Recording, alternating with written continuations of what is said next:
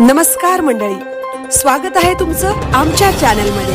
आवाज महामुंबईचा, शोध बातमीचा, कौल मनाचा।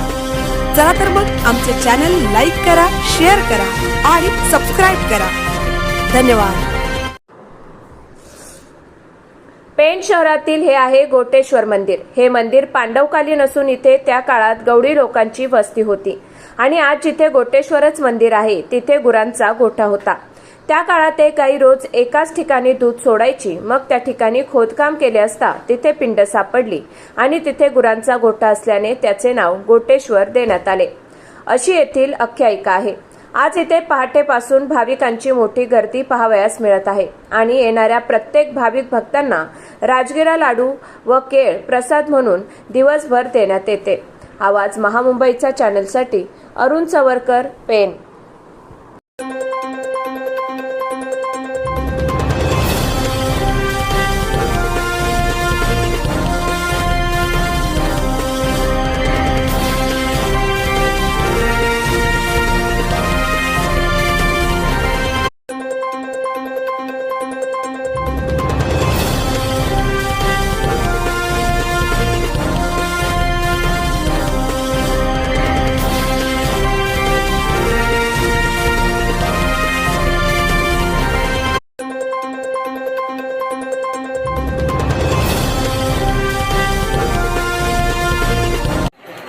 गवळी लोक राहायचे। तुमचं नाव सांगा।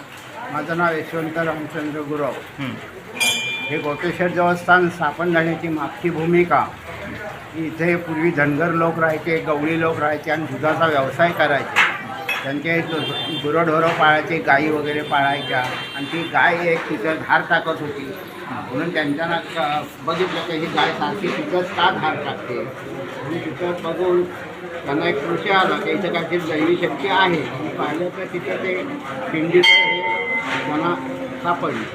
तिथूनपासून मग गोठा असल्यामुळे गोटेश्वर हे नाम करण्यात आलं। किती वर्ष आली सर? पूर्वी काय त्याच्यात पांडवकालीन पांडवकालीन आहे।